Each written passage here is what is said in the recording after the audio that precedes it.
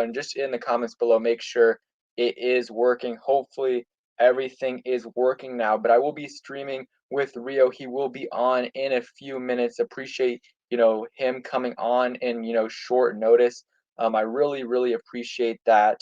And yeah, should be a fun stream. We're going to be talking about how we feel about the final 53-man roster, some remaining holes, what they need to do. We'll also talk about the William Jackson and Curtis Samuel injuries.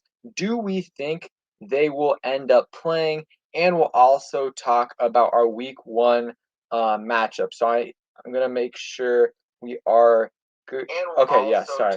There we go. I was just checking on my phone. We are good. The audio is working. Appreciate everyone for coming in. Let's give a quick shout out to everyone. What's up, Techhead, James, Billy, Real Dave, T Ho. Appreciate you coming in. Barrett, Redskins 1784, King Sean. Appreciate Lloyd, Big Boy Diehard fan. Really, really appreciate everyone for coming in. So let's go ahead and get started with, how I feel about the final 53-man roster. And again, Rio will be in here in a little bit, and we'll talk about that as a whole. What's up, Diego? So overall, this 53-man roster, I'm really liking how it looks. Obviously, there are still some holes. Like, I really think we need another linebacker. Like, our linebacking depth is awful right now. And even our starters, like, we know what Cole Holcomb is. I think he's an above average linebacker, and he has potential to be a really good linebacker. But after that, John Bostic, we kind of know what he is. Solid in the run game, a little bit of a liability in coverage, and can get to the quarterback. And then Jamin Davis, we just have no idea how he's going to look in the first few weeks of the season. I think eventually he will be good, but it might take him a little bit of time. And then behind that, we really don't have anyone. I like Khalid Hudson, but he's kind of like a half linebacker, half DB. And he's, you can't rely on him, starting many games for you at linebacker. I think he's going to play some Buffalo nickel for us, which will be good. But I don't know if he can play, 17 games at linebacker in a season. We'll see though. And then after that, we have David Mayo. I do think we need to bring in someone, whether that's, a big name or someone else. We definitely need some more depth. Let me know in the live chat who you think we should bring in. KJ Wright got signed. I would have, liked Washington to, sign him. I liked, or Bernard McKinney is still available. He's an option for some depth. Micah Kaiser, who the Rams released, he is another option. So let me know in the comments down below who you want for the Washington football team to sign as a linebacker, if you want them to sign one at all. So that's something I'm still concerned about. The secondary, I'm liking how they're looking. The safeties are good. We got some really good depth there. The corners, I like our first three, and then after that, I like Toy McTire. I like the potential that he has. He looked really, really good in training camp and looks solid also in the preseason. So let's see how he looks, heading into week 1. And I think he can be a good player for us. And then after that, we have Troy Apke and Daryl Roberts. I mean, I was not a really big fan of them keeping Daryl Roberts over Jimmy Moreland, but it is what it is. It is what it is. So let's see. Can someone answer the question why the team didn't give Ruben a chance?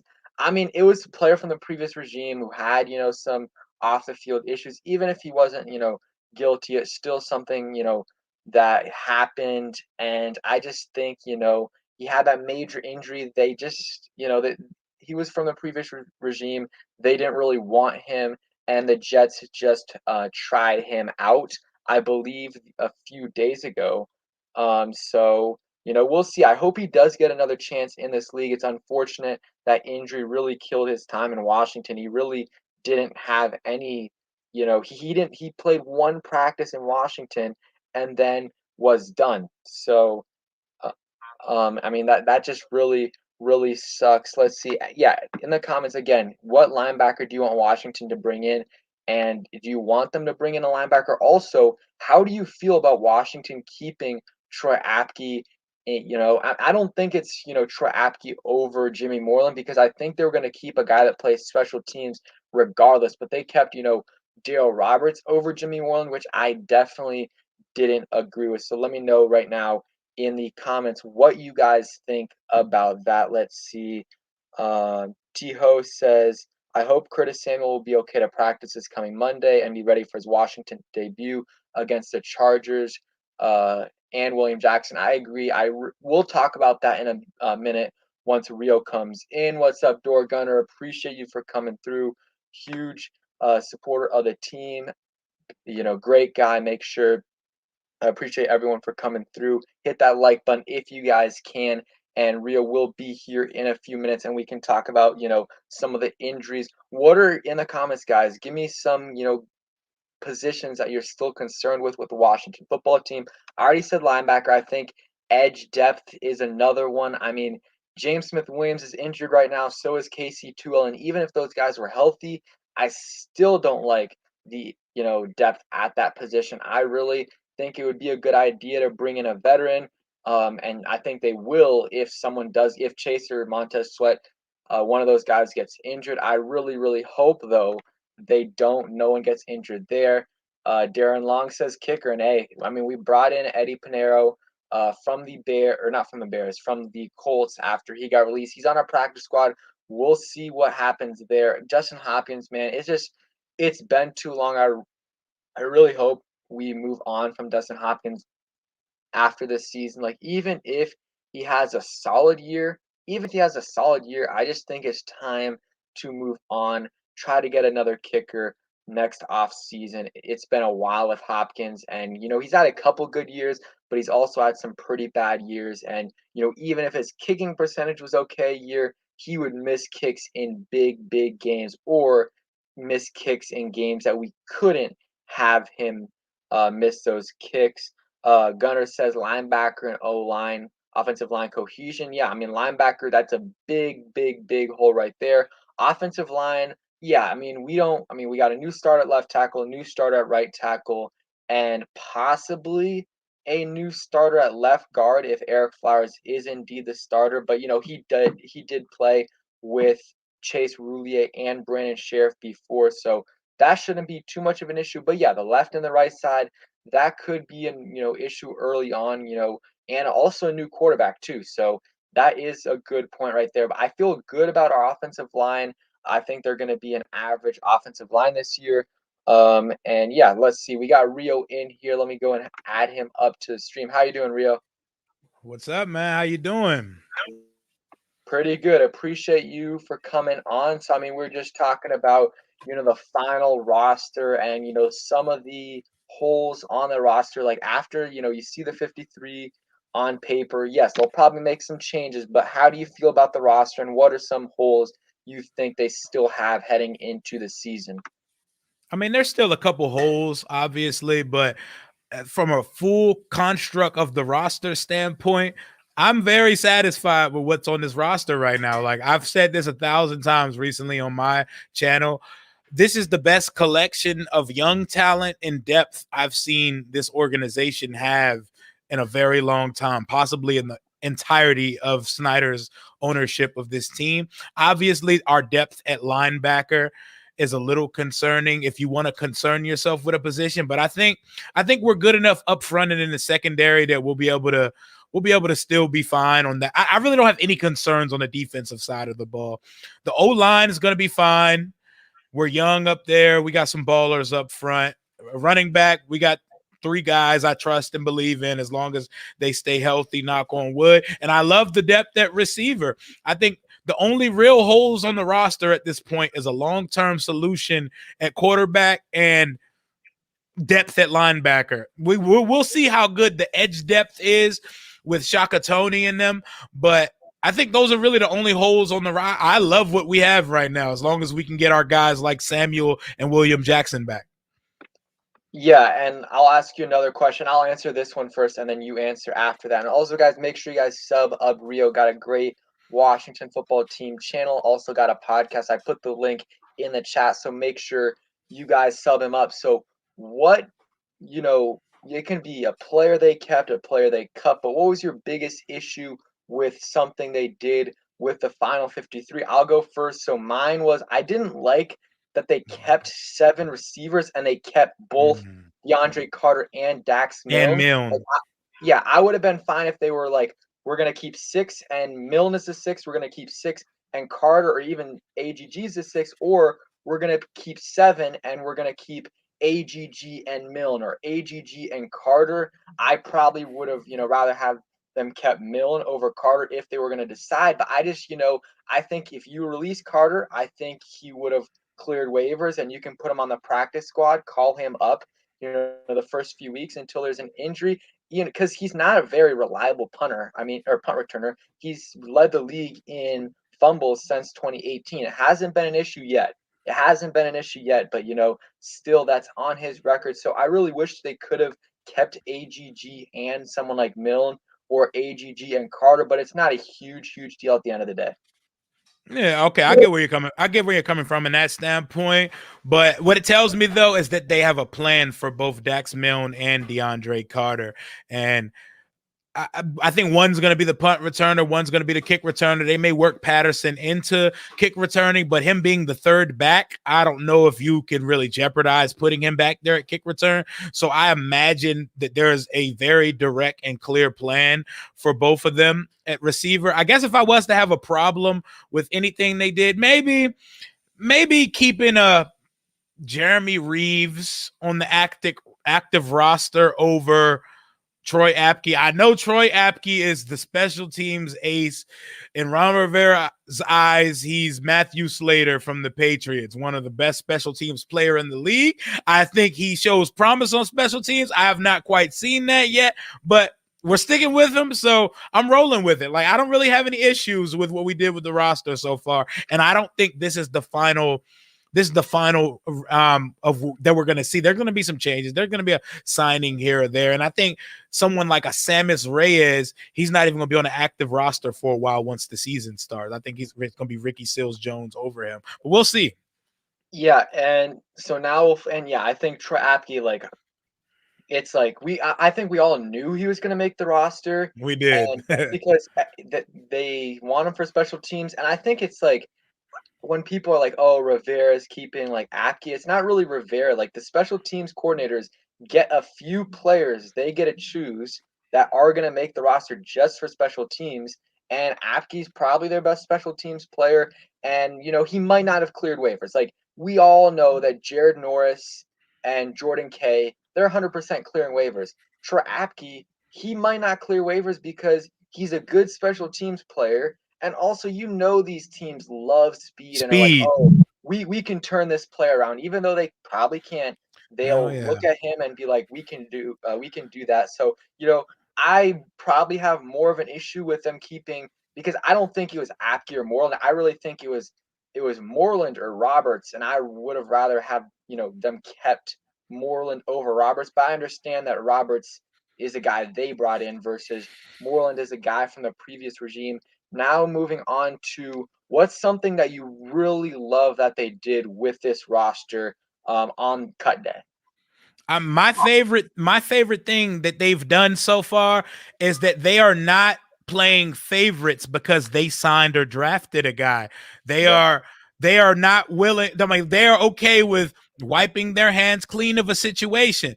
I think my favorite part of the process is seeing that so many people had an issue with some of the players that we released on the final 53. It's very telling that not one of them got claimed league wide on in the 24-hour waiver period once final rosters went in. So I'm trusting the process. I'm loving what they're doing. And I love that they're not forcing a guy like AGG on the final 53 because they took him in the mid rounds last year. A guy like Keith Ishmael, guys that Peyton Barber that they signed. They spent money and spent picks and draft capital on these players, and they're not forcing them on the roster. Self-awareness. That's what I'm most impressed by with the final 53. What I love the most is that they cut Peyton Barber, and I knew they were going to keep Jarrett Patterson on the roster. I knew that, but I thought that Peyton Barber would probably be off, but I don't think anyone knew for certain that Peyton Barber wouldn't make the team. And I also like that now he's off the practice squad, because there was a chance that they would call him up on game days as the fourth back, and possibly have either Patterson with a limited role or even inactive for the first few weeks. And now that possibility is thrown out the window. We will 100% be seeing Jarrett Patterson out there, not only on special teams as a kick returner and on the punt team, but because I don't think he's going to be a returner, but he does stuff on the punt team. We're going to see him, get a few carries a game, get a few pass receptions. So I absolutely love that. I think, he won't get too many touches early on, a few touches a game, but as the season, goes along, I think eventually he's going to be getting a decent amount of work, Work. Oh yeah. as long as he's healthy, because I really think he will take on JD McKissick's role next year, obviously with a little bit less, targets and receiving, but a little bit more rushing. I think, that's what Jarrett Patterson is going to be next year. And Yeah. yeah, go ahead. Oh, I see my guy said, shout out to my guy, 3-time Super Bowl champ Skin. It's not that Peyton Barber is useless. No, like we don't hate Peyton Barber, but his role is, Peyton Barber, he didn't get claimed off the waiver period, but yeah, the Raiders picked him up. There's a role for him in the league. Some teams need a guy to come in and get a yard on 3rd and 4th and inches. But if that is all you provide to a team, you're expendable. Like you have to have a specific skill set. He doesn't run with any wiggle, any decisiveness. He's just lean forward and get a first down type of guy. I like Yep. Peyton Barber. He's a great guy. We're not going to miss anything not having Peyton Barber. There is a Peyton Barber on the streets at all times, ready and available to come on your team. Yeah, and I'll talk about that in a bit, but first, appreciate the $5 donation, Darren Long, and he says Landon Collins is going to be moving in a lot towards the D line in many situations, and I agree because I think they will have 3 safeties on the field A a lot. lot this year. Yep, Mm-hmm. a lot. So maybe they'll have, starting McCain. out, they'll have 2, and they'll have, Cameron Curl and Landon Collins, but then maybe later on they'll have, McCain. Cameron Curl and Bobby McCain as the strongest free safety, and have, Landon Collins play the Buffalo nickel closer to the line of scrimmage, or even in some situations have him, not play linebacker, but play a linebacker type of role because he doesn't want to be a linebacker, but I think he's fine doing that a few plays a game if it means him getting more snaps because they have 3 guys, honestly 4 guys that are starting safeties in this league. They want to get these guys on the field as much as possible. So Landon Collins is going to have to sacrifice a little bit sometimes, playing the Buffalo nickel, playing a linebacker type role a few plays a game. And Cameron Curl also, I don't think he's going to play a linebacker type role, but he's going to play Buffalo nickel sometimes. And I think that versatility by those guys will allow those 3 to play way more snaps together on this defense because you want them on the field more. Oh yeah, and from what I seen at Friday Night Football and from in Richmond from my time at training camp, there was a lot of 3 safety sets. Like that's why I tell people don't take too much from what you've seen in these preseason games because they're not going to show their hand that early. When you watch their practice, there's a lot of McCain, Curl, and Collins on the field at the same time, and there's a very specific role for Landon on this defense. Landon's going to be a huge part of our success this year, and he looks great so far. I hope he keeps it up. He's in like the best shape of his life. Yeah, and I'll say one thing, like I'm not like it's not that I hate Peyton Barber, and it's not that I don't think he's good at what he can do, because yes, he's a good short yardage back. He was great last year for us. I mean, he got us a bunch of, 4th and 1s, 3rd and 2s, 3rd and 1s. Like he was clutch last year. But I feel like he lost 10 pounds, and we didn't really get to see him this preseason in that many short yardage situations, but I believe the 2 that he was in, he didn't get, but that's not big enough of a sample size. But I feel like Gibson can Gibson can do it. probably do what Peyton Barber can do. Maybe not at the same level, but I think Antonio Gibson can be a pretty good short yardage back for you. They just didn't use him much on the 3rd and 1 and 4th and 1s last year because they had Peyton Barber. Gibson's going to be better this year, and he also was a beast in the red zone last year. Or not, yeah, in the red zone, but also, close to the goal line. He would get so many, 2, 1, 3 yard touchdowns just going right through the middle or going around. I think we'll be fine with the short yardage back situation. I think Gibson can do it.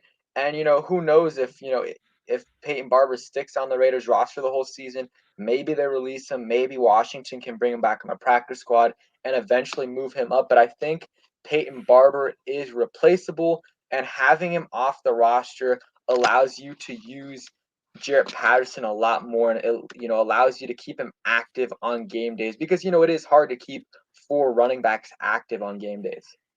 For sure. And honestly, like, we gotta stop attaching ourselves emotionally to players that really don't have much of any impact on the year. Like, guys that are on the practice squad, yes, if we need them, sure, but we gotta stop caping for these guys on the practice squad, man. They put together a good roster. Trust that we have real football people putting this thing together now. They're running this outfit.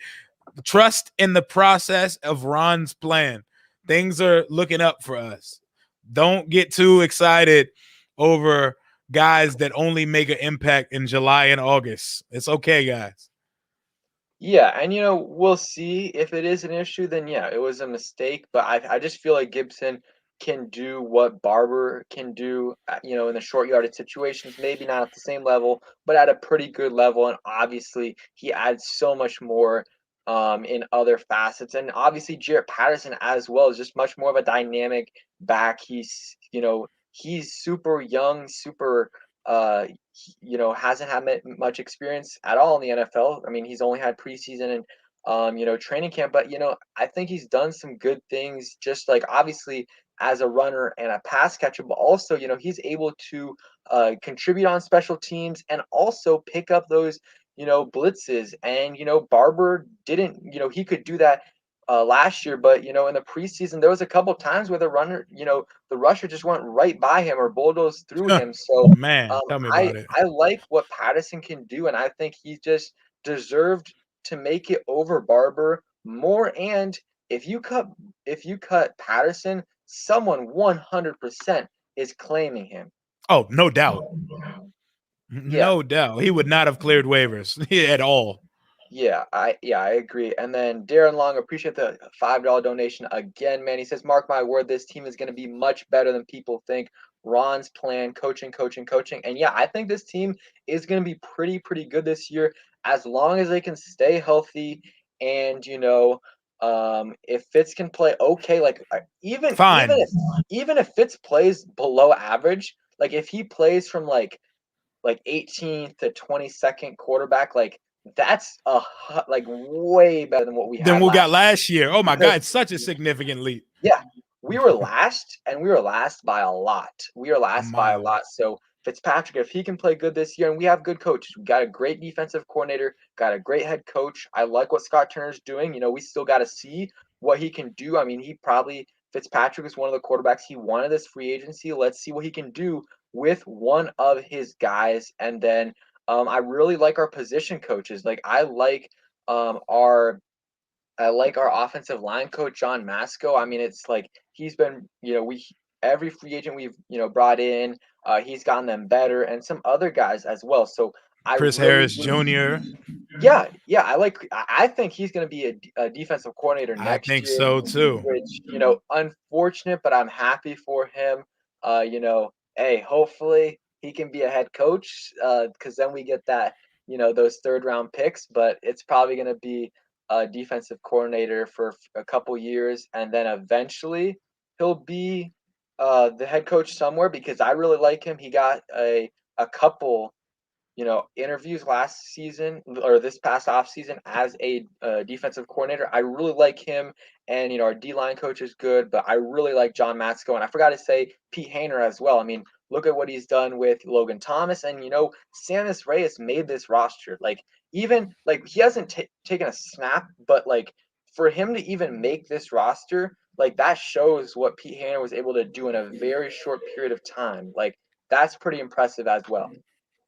Oh yeah, man. I love what we're putting together here. It's crazy. We're starting to actually get national notoriety and respectability. Like you saw what Mike Greenberg said yesterday on Get Up. Like he pretty Yeah. much said we're the best kept secret in the league, and don't be surprised if we're making noise and playing on conference championship weekend. That's probably a lot farther than I would take it, but I will say we should have the opportunity each week to be our defense and what we have around the quarterback position is good enough to compete with any team that's on our schedule, no matter how hard the schedule is. Yeah, we finished the season on 5 divisional games. Yeah, we have Mahomes, Herbert, Brady, Wilson, we run the whole gauntlet of elite quarterbacks, Rodgers.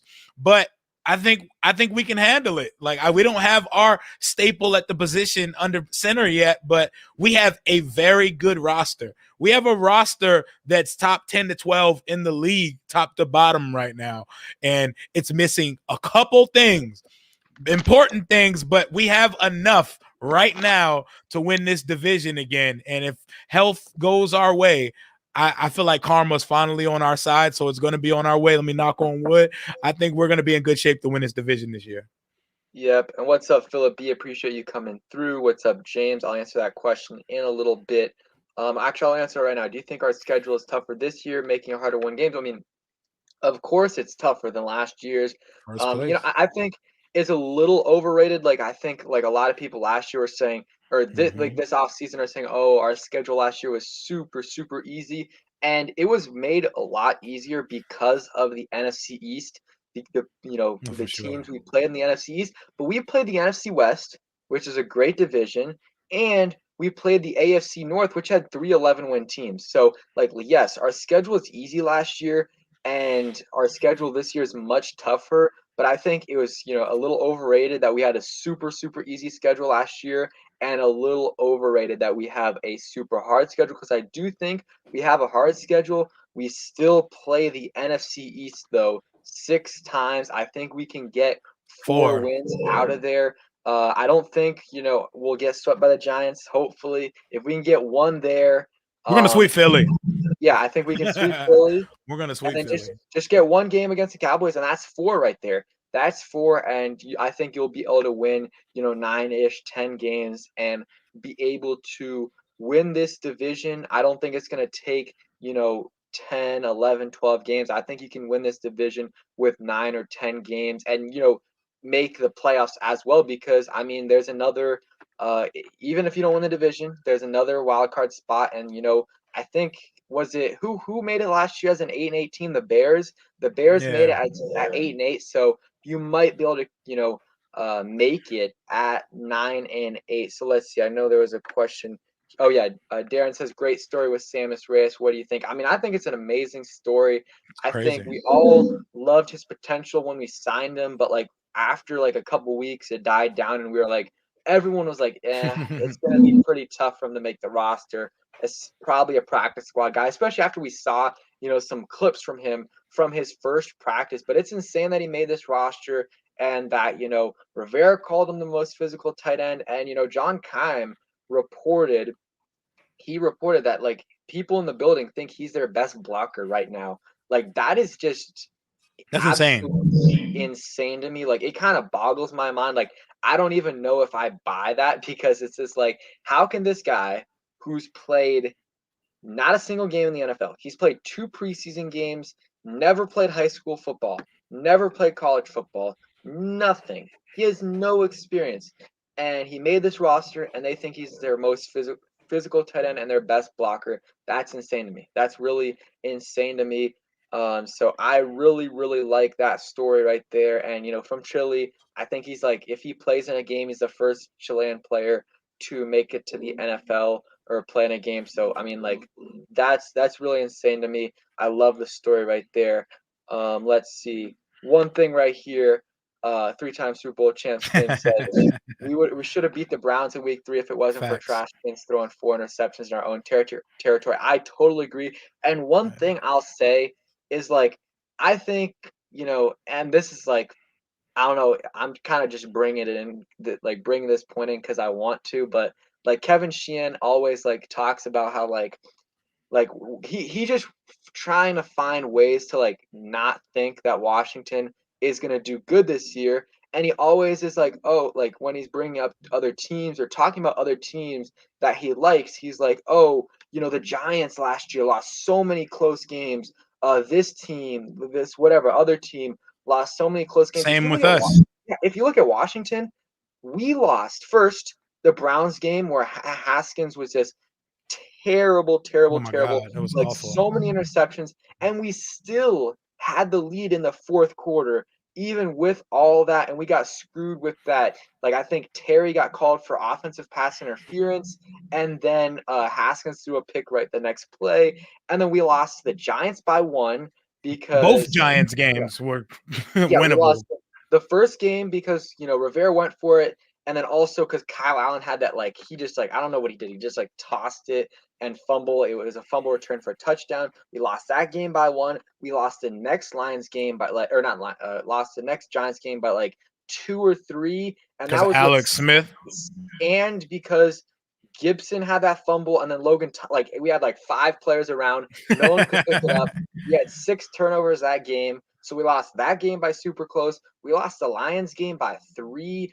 Dustin Hopkins missed a kick in that game. I forgot to talk about it. Also, The Chase Dustin Young Hopkins, roughing the passer yeah, didn't help also versus the Lions. oh yeah, yeah, and then Dustin Hopkins also missed a kick in the Giants game as well, maybe both Giants games. So that's another thing. And then we lost to Seahawks by I think it was 3. But if Dustin Hopkins would have made that kick, the extra point, then we would have been able to make that field goal at the end of the game, and just a bunch of things. So I think we lost a bunch of close games last year Hey, with I'll throw in the Panthers game too, because yeah, the Steven Sims. Dwayne was absolutely the worst quarterback I've seen in years in that game, and we still had a chance when Heineke, fresh off the street and off of his college exams, we still had a chance to tie the game up in the fourth And quarter. Steven Sims had that muff punt for the touchdown. So I think we lost a lot of. I mean, every team loses games like really closely a couple a year, That's the but I feel like NFL. we lost a lot of those last year with just Mhm. terrible quarterback play. So I think yes, it's a harder schedule, and we're going to be playing way better quarterbacks. Our defense is going to get tested this year, but I feel like we will be able to win enough games this year, and also like last year we were a young team. We didn't have a preseason, so a lot of our young guys struggled because of that. And also, Ron Rivera was battling cancer, so I mean, you could tell by his Yep. responses, like he was just like out of it. So I think this year that's also gonna help us as well. And someone says we only beat the crap teams or teams decimated by injuries. Yeah, I mean we did Man, that's the take NFL, advantage. man. Yeah, You we took play advantage who's of on that your schedule, situation. man. Yeah, we took advantage of the situation, but we still were able to, beat the Steelers, who were 11-0, and they were relatively healthy. Yes, they had Bud Dupree injured. We had injuries too. We had injuries as well. Landon Collins was out for the year. Matt Ioannidis was out for the year. Gibson was out for a few games. Terry McLaurin was playing on 2 sprained ankles for 10 weeks. Hell Alex yeah. Smith was hurt for like 6 weeks. So injuries are a part of the game, and I don't like I understand when people say it, but I just don't when people talk about injuries and give that a reason why like we won last year. We were the most injured team in the NFL, most players on IR from like 2017 to 2020, and we Exactly. got no one besides us talked about it and gave us any that's just how I feel about that. So speaking of injuries, let's talk about Curtis Samuel and William Jackson. What are your thoughts on both of those guys? How are you feeling about how if they're gonna be able to play week 1, each one? What do you think? I think they've been very careful of how they handled those situations. I think with how we've handled injuries in the past and rushed guys back earlier than they needed to be, I think we should just trust in Ryan Vermillion and the training staff. If we don't see them practicing and we get to Wednesday or Thursday of this week, then yeah, that's an issue for me. But until I see that, I'm not concerned. Samuels, maybe. Maybe I'm a little concerned with Samuel, but I think he's gonna be fine. William Jackson's definitely gonna play though. I think Jackson, that's their high dollar free agent this offseason. And Curtis Yeah. is the second, but they're just being careful with William Jackson. But we're gonna see though. I think they're gonna both suit up next week for us. If we don't see Curtis Samuel next week, that's going to say a lot about how serious the injury is in actuality. And I'm also going to be excited because this kid, De'Ami Brown, is ready to start right away. He is ready right now. I don't feel like we're going to be missing much, but the versatility Samuels adds to the offense, we haven't even seen what the real offense is yet because we haven't seen him. So I would love to get them both back for week 1 next week. Yeah, and Philippi also, I mean, brought up a good point, saying if we're going to go deep in the playoffs, we need to be used to playing playoff teams. And I agree, Facts. we're going to get tested this year, playing the Bucks, the Chiefs, the Packers, the Bills, and the Seahawks. So I like that. Let's win some of those games, and if we can take care of our business in the NFC East, we'll be able to win this division or get to the playoffs. So my thoughts about Curtis Samuel and William Jackson, we're gonna get a lot more transparency next week Oh, for sure. because they are required to put out injury reports. So Mm-hmm. starting on Monday, we will get a limited or DNP limited or FP, which is Full DNP participant. they didn't play, LP limited participant, and FP full participant. So I think, if Curtis Samuel is a DNP Monday, I think he's not going to play. I mean, I really already don't think he's going to play week 1 just because Rivera keeps saying like, "Oh, I'm really really optimistic. Oh, like this is like a few weeks ago, we're going to I will hope to see him get some reps in that third preseason game, maybe about 10, 15 reps. Never got some reps, and he just said this a few days ago that he's super optimistic and he's going to see we're going to see Curtis Samuel out there on Monday practicing. So if that's not the case, then I'm going to get really concerned. Like if he's limited, okay, then there's a chance. But if he doesn't practice, I really don't think there's a chance. I think William Jackson will either be a limited or full participant. He was already doing position drills last week, and we don't know if he was doing team drills just because the media isn't allowed to be there for team drills anymore. So we don't know. I think he's going to be good to go. Curtis Samuel, though, I just don't know. And if he doesn't play week 1, that probably means he doesn't play week 2 because it's Short 5-day game. turnaround. Yeah.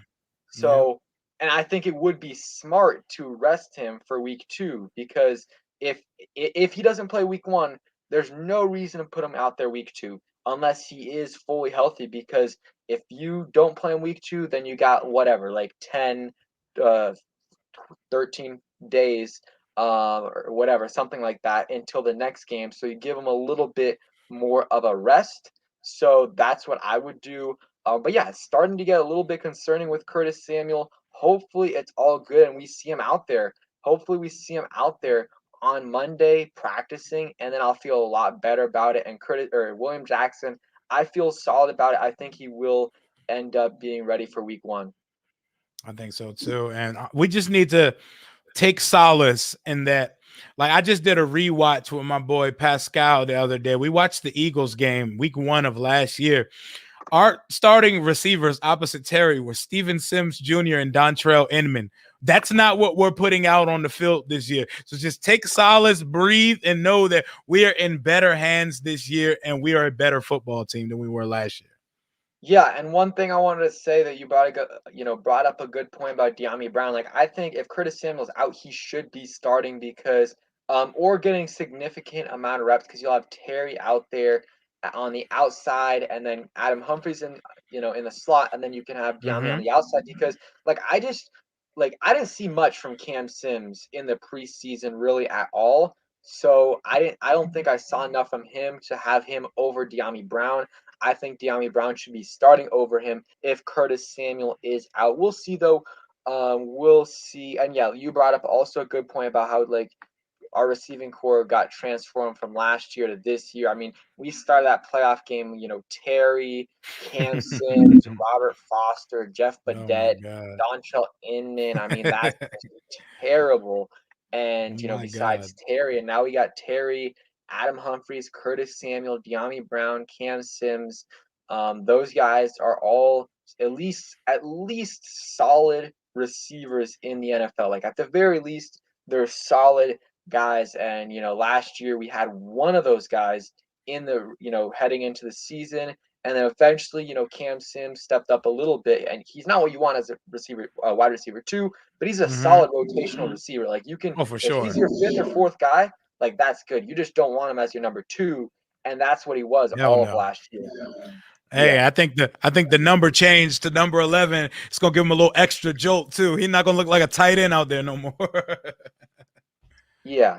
And then let's see, Ted Skins 2000 says we have a lot of average players for depth. After Terry and Curtis, we have a whole lot of average to mid receivers.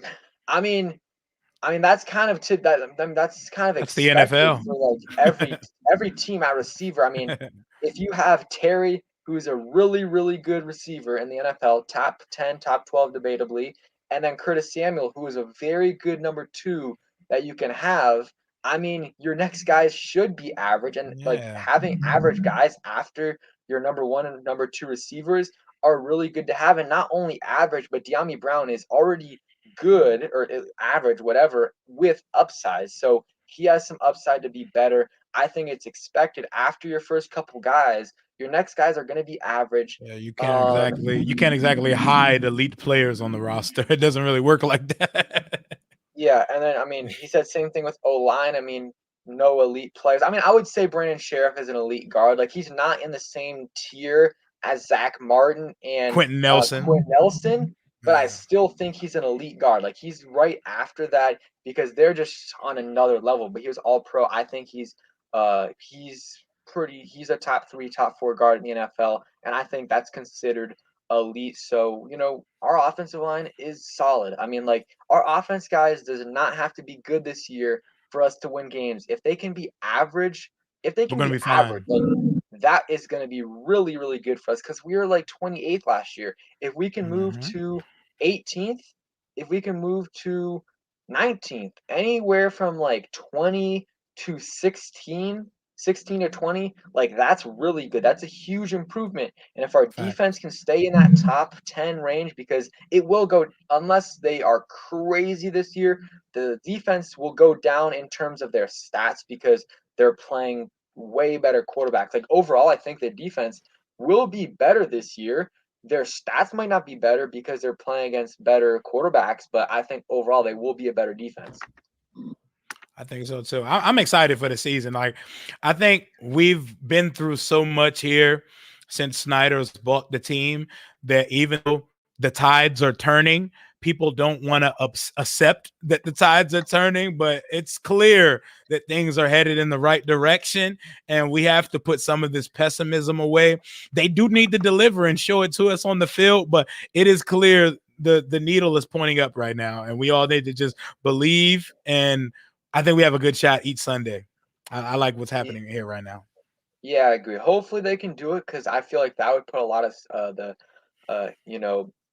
people that are doubting us away. I mean, if they can just win this year, show some improvement, like I feel like that'll go a long way because they got to do it. Like they haven't been able to stack up good years. So now heading on to week 1, we won't do like a full preview, but we'll just talk about how we feel about the game. And do you like our chances against the Chargers week 1? I think it's a very evenly matched game. I think it's a perfect week 1 game. I'm glad this was the opponent for week 1. It's nothing crazy. Like, it's a team that we're on similar trajectories. Like the Chargers, we were just talking about teams who lost a lot of close games. The Chargers lost a lot of close games last year. And those are the growing pains that come with having a young quarterback. Their defense wasn't as good, and they had some big injuries, and their coach was not very good at all and caused them a bunch of games last year. But we're on very similar trajectories, and they have their answer at quarterback. I think our defense is the best unit that will be on the field next Sunday. I like what they're going to I like how they challenge us though offensively. We're gonna see what our secondary is made of because they got some receivers out there. Keenan Allen and Mike Williams and crew, they got a nice little receiving core, and that quarterback is a problem. Justin Herbert is the real deal, but he hasn't touched a snap in the preseason. He's going into his second offense in his second season, and they're playing with a rookie coach. I like our chances. I like our chances with the experience that our coaching staff has. Oh yeah, I like our chances, and this is like a sneak peek of my preview, but I really, I think that teams with rookie head coaches or even new head coaches start off slow, and I think Brandon Staley bringing in a new scheme to the team, and he's super young too. Like it's not like he's like Yeah, he's a a young coach. coach that's like a 30 or like a 45-year-old head coach or a 52-year-old head coach that's getting his first gig. This guy is in his 30s. This is his first time as a head coach, and he didn't even have that much like defensive coordinator experience. So I think that's going to help us out. And like you said, Justin Herbert, Derwin James, Keenan Allen, like none of those guys played in the preseason, and like I don't think like what you really do in the preseason is that important, but just getting those reps, staying healthy, but in more, getting those reps and getting tackled, catching the ball, it just gives you a good feel. And, it might take them a quarter or 2 quarters or just a possession or so to, feel ready. But I mean, that's an advantage to Washington because no, they did not play their starters a ton, but the offensive starters played about a quarter in the first game. And then in the second game, they played a little bit more than a quarter, and the defense played about like a quarter and a half in that second game. So I feel good about that, and also about the rookie head coach. Like I think that's a big, big advantage. And I feel if Curtis Samuel can play, if William Jackson can play, then I feel good about our chances. Oh yeah, I like our chances on Sunday. I think I predict it. I predict us getting the W on Sunday. I don't think it's going to be a pretty game. It's the first game of the season, and week one is like a fool's gold week. Don't take too much from what you see in week one, but I think our experience and our defense in general is going to cause issues. They're playing like 4 new players on that offensive line this year. If we can't get pressure on Herbert week one, I will say that will be a concern because our defensive line should definitely get pressure on this. And they didn't add too much to their pass rush, so our offensive line should fare well. I mean, they got a great secondary, especially with the return of Derwin James this year. He's probably going to be one of the top 2 players that we see on the field on Sunday. But I like our chances. I like our chances versus this team. We match up very well versus this team.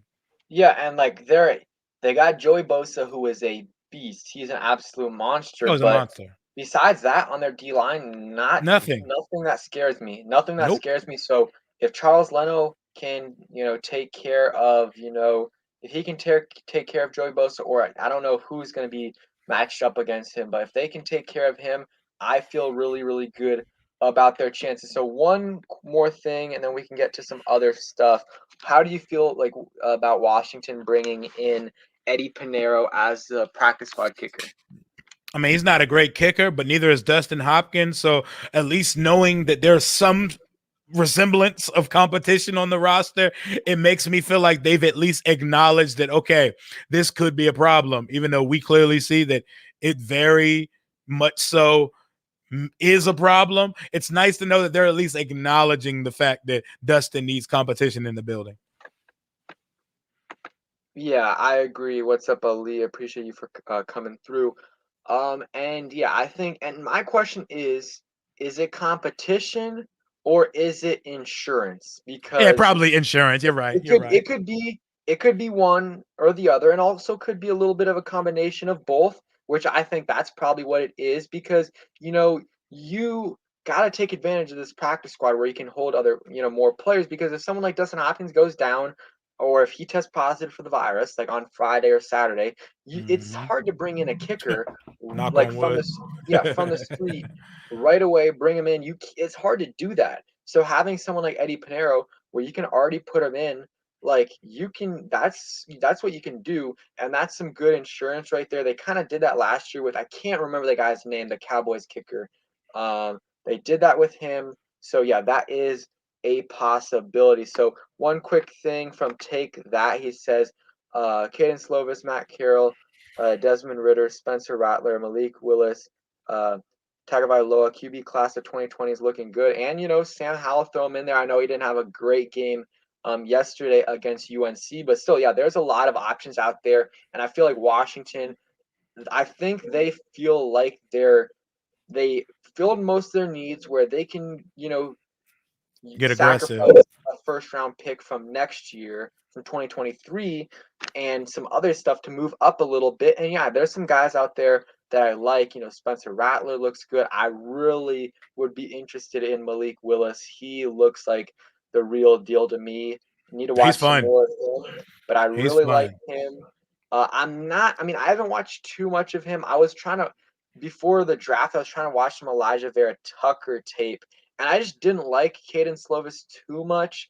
But we'll see this year how he looks. Are there any quarterbacks that look good to you that you would like watching? I know it's super early, I but love this list. I like this list. But I'll tell you what, we're not gonna be able to get Spencer Rattler or Matt or Howell. Like, they're going 1-2 in the draft. We're not gonna get either of those guys, and we're gonna be picking like 21st, 22nd, 23rd in the draft. I think the plan, as soon as the offseason hits, should be ready to move up for any guy we fall in love with that is in range, because there's also guys like Coral out of Ole Miss. I'll be paying close attention to him. Desmond Ritter, Malik Willis out of Liberty. I really like that guy. That guy, he has a lot of Michael Vick in him. Like, I don't like to compare guys to a legend like Michael Vick. There's a big arm guy out of Nevada, Carson Strong. Like, I'm going to be watching these college quarterbacks as close as I'm watching our Washington football team this year, because we need a young answer at that damn position going forward. yeah, and they could also, it's not a young, like, it's not, they could take the other route and right after the Veteran. season ends, go like try to get Wilson, try to get Rodgers, try to get these, some of these guys. And I know it's very unlikely that, Wilson's available or some of these other guys, but you always got to take your chance. I Maybe think they I are think if available. we I think if we go that route, we're gonna end up with like Derek Carr, which I would be fine with because I like Derek Carr. Yeah, and maybe maybe the Falcons want to trade Matt Ryan. And if it's like Matt Ryan or Derek Carr, Give me and you Carr. got to give up draft picks for them, I'd rather just go ahead Rookie. and get a rookie. Like, if you have to give up a first round pick for Derek Carr, like, I No. just rather No. give sacrifice another first and just move up to get a Malik quarterback. Willis. Yeah, Exactly. or someone, because and with that, what you could do is bring Fitzpatrick back and have him compete with the rookie quarterback in camp. And then if the rookie quarterback's ready, then there you go. You have him as your starter. If not, you can have Fitzpatrick start a little bit, and then once the rookie QB is ready, have him in, because that allows you to be competitive with Fitzpatrick, and then get that rookie quarterback ready. So they have a lot of different ways that they can get a quarterback. I really want them to be aggressive this offseason. Like, I need them to, try to get a veteran. If they strike out doing that, then just go ahead and trade up for a quarterback in the draft. Christian Sordo, appreciate you for coming through. Been supporting the channel for a while. Appreciate the $2 donation. Says, I seen a video of Pinero kicking a 77-yarder. Yeah, I saw that too. These guys are crazy. Like, Do it in a 77 game. yards is insane. But yeah, he probably can't do it in a game. But I Hell think it was no. 2019. He was 2 for 2 with kicks over 50. That's pretty good. But he was 3 for 7 from 40 to 49. But which is interesting because Hopkins is terrible after 50, and especially in the 40. I'm done with Hopkins. Even if he has Me a too. solid year, I just got trauma from him, missing those kicks in that 2016 year where he missed against London. the London. Oh my London God. and No. the Cowboys game as well. he just kills me, and, like, every time he kicks, it's like, "Please don't miss, like, please don't miss." Like, I wanna be like, I know it's not gonna happen. I wanna kick it like Justin Tucker where I can just when we go up for a kick, just sit down and relax, not have to worry about the I kick going know. through. Like, we every time A Dustin heart Hopkins attack. goes up, we're just like praying he makes it. And yeah, well, we maybe I'm like honestly, if we can get a good kicker next year in the draft, like I know people don't like drafting kickers, but if you can get one in the seventh or later, or as an undrafted free agent, that is definitely an option. But like Dustin Hopkins, I think it's a 1 year deal. I think it's time to move on. And Philip B says Ron's not getting Watson too much character issues, and I think also it's like also with the team because we have, I mean, the Washington football team accused of all the things they Yeah, did. that's more so why they wouldn't mess with him, Yeah, because Watson's. we haven't heard any character issues with Watson before all of this comes up. Is the fact that the team just went through a year-long investigation involving up to 40 women. Out of all teams in the NFL, we are the one team that are not allowed to go after Deshaun Watson at this point. Yeah, like unless he gets absolutely cleared of everything and there's just like it was a total setup, everything, then that's a different situation. But and then if that happens, I think his price goes way up. Like I think his price is still really high right now. It's still pretty high right now, I'm not but sure he's getting cleared of everything, no, because I yeah, don't you know. can There's get him a a little. lot of moving parts. Yeah, you can get him a little discount right now. Elise says PFF proposed Chase Young and 3 first-round picks for Watson. I mean, like No, that's too much no. for me because I feel like 3 first-round picks plus Chase Young. Chase Young's like worth 2, 3 first-round picks. I mean, like Look, it. Yeah, I don't know. I don't know if Watson's situation is going to be figured out anytime soon. And at this point, with the FBI looking into it now, I'm not sure how he can be unequivocally cleared of everything from all these allegations. Like, it's going to take a whole lot, and he's going to end up having to settle, meaning we're not going to know what the real truth of the matter is. Watson, as you might as well, everybody might as well take that name, cross it off the list. There is not a chance in hell we're going to get trade for Deshaun Watson. That's not a name that can happen here. Like, I'm sorry, guys. yeah. And Ted Skins brought up a really good point, and I was thinking this too also as the draft was going on and what's up Hassan Moore is that 5 teams drafted a quarterback in the first round last year. 5 of them. So and they're all not all of them, but most of those teams were either middle of the pack teams or teams that were pretty bad. Like the Jaguars, they're not gonna have a low pick this year like or they're gonna have a top 5, top 10 at the very best. Like they're gonna have like the ninth overall pick. Like they're probably gonna have like a top 5 pick. Same thing. I think with the Jets, I think they'll have a Bengals. high pick. Falcons could also like I don't think they'll have a high pick, but they'll probably have like 10 in that 6 to 13 range. I don't think they'll do that well. And like you said, the Bengals, they're probably going to still pick high. Like, I think there's going to be the opportunity to move up to get a quarterback without giving up too much just because there's not that many teams that like need a franchise quarterback. Like there's teams that don't know if they have a franchise quarterback, but like they're not gonna like the Patriots aren't gonna trade up next year for a quarterback. Like they have Mac Jones right now. They don't know he's a franchise quarterback. They don't have a franchise quarterback yet, but they're not gonna go for a quarterback next year. So I really think Washington is going to be able to trade up for a guy next year. That should be the move, and that should be the priority next offseason. I see Ali asked a really good question here. If Max Jones had a solid career, do you think it'll be because he's better than people thought or because of Bill Belichick? The answer to that question is both, because I am a big Mac Jones guy. I love Mac Jones. Mac Jones is going to be a high-level NFL starter for the next 10 to 15 years. I will die on that hill. I've been saying it all off season, and it's already showing how quick he picked up and processed that offense there and made Cam Newton he made him dispensable.